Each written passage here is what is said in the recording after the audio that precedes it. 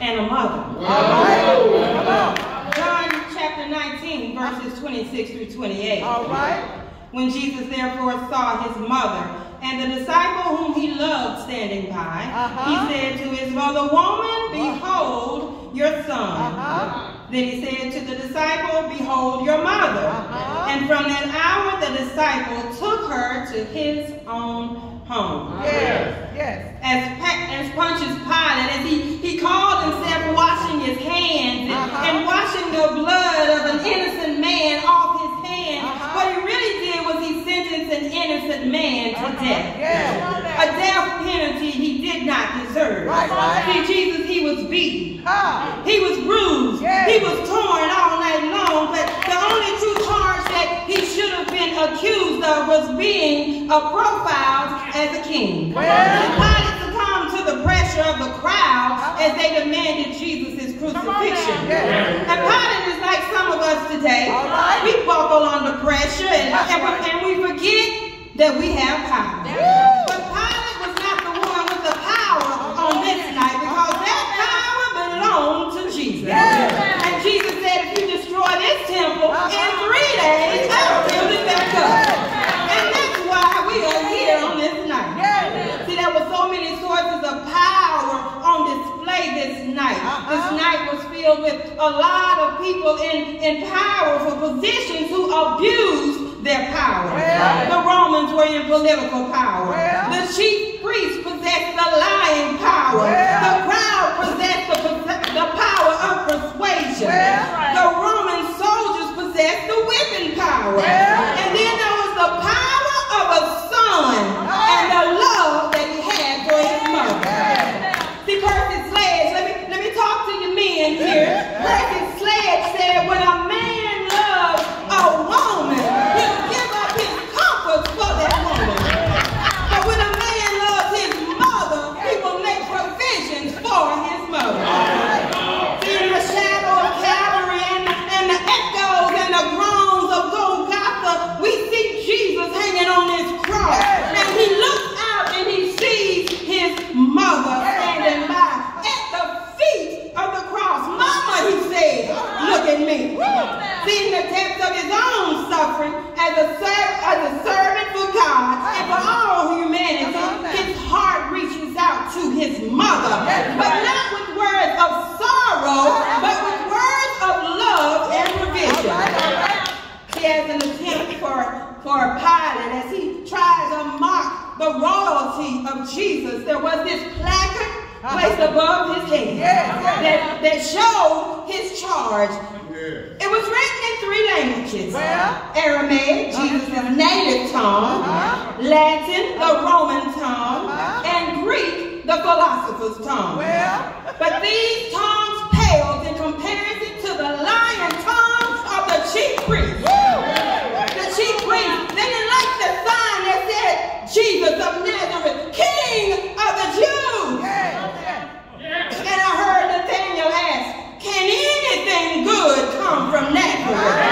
But I'm here to tell you tonight that my God will not be deceived. Because on the highway to the cross, I remember Jesus as he stopped the funeral procession in name. And he walked up, he touched this man, and he brought back life. He didn't ask the woman, do you want me to give your son life? He simply resurrected the woman's son. Because Jesus knew that a woman without a husband or an adult male figure in her life was less than a nobody in society. And Jesus said, I know the day is coming when my mother will be in the place of this widow. I just can't see myself caring for somebody else's mama, and I'm not caring for her own.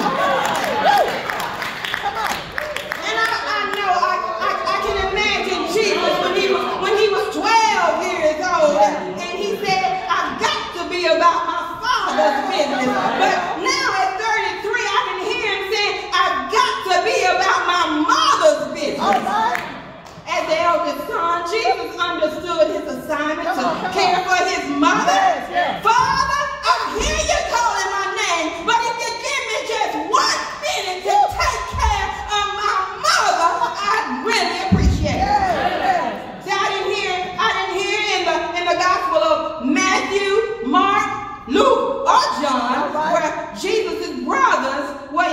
child. Right. Joseph, Huh.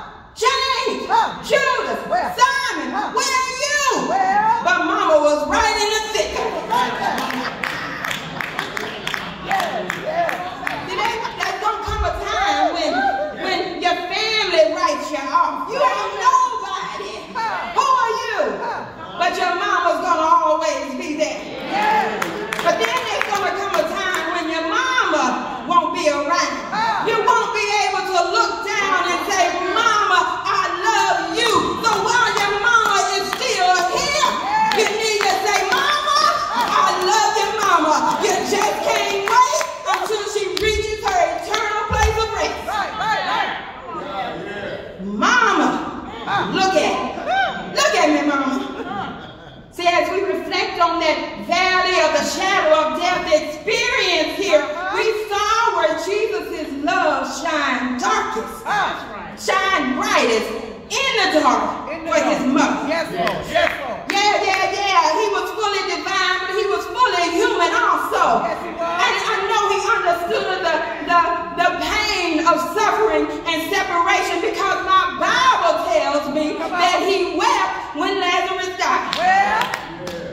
See, he saw his mother, not as just his mother, but as a woman about to lose her son. My God. And her place in society. So in that moment, he tells John, here is my mother. Yeah.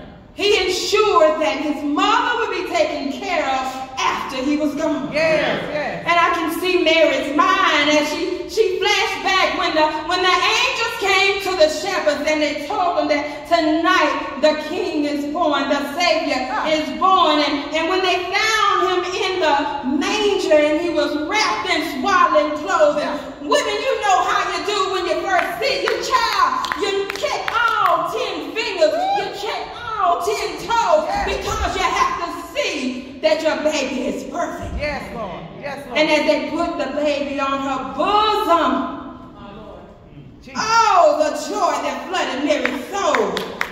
But when they presented Jesus to the temple at 12 years, when they presented him to the temple where they could consecrate him as the firstborn son, Simon told him, he said, this child is destined to cause the falling and rising of many in Israel, and it will be a sign that will be spoken against, so that the thoughts of many will be revealed. And a sword will pierce your own soul. My God. She knew this woman was coming.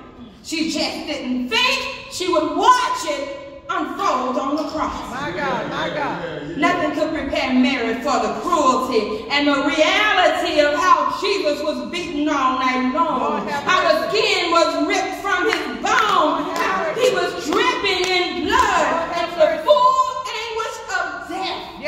And his life slowly slipping away. Now drinking that cup of the sacrifice of his Father and about to return to his heavenly home. My God. Suffering. Jesus. And agony. And despair. Yes, God. See, this act was more than a son's concern. This was his last will and testament. He was prepared to face death and prepared to care for his mother. So when Jesus knocks on the doors of your heart, let him in. He wants to show you that he's that friend that sticks closer than a brother and even sticks closer than a mother. So Pilate, you can make a mockery all you want of where I was born, my father not being present, where I grew up. Chief priest, you can lie all you want. Come on, talk to him. While I speak the truth. And as Pilate handed Jesus over to death in submission to God's will, I can see Jesus being handed over to the right hand of God. Because I know Mary was praying for her son. Ask me how I know. Because my mother prayed for me. She had me on her mind. She took out time and prayed for me. Oh, yeah. I can hear Jesus. Yes, Lord. He said, Father, my arms are stretched out to you. There's no other help I know. If you withdraw yourself from me, Father, where shall I go? See, this is life for life at this moment. Mother, you gave me life, but I'm giving you a chance to have everlasting life. And I'm glad that he gave his life, because I serve a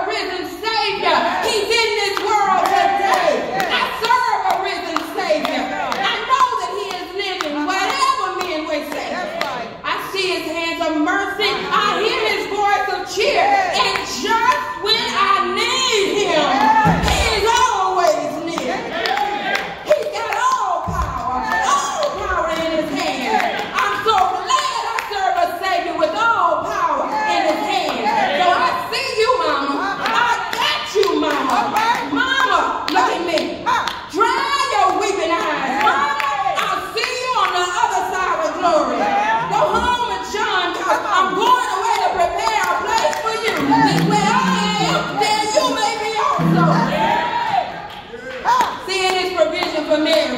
Jesus teaches us that death is not void of God's presence. Yeah, because this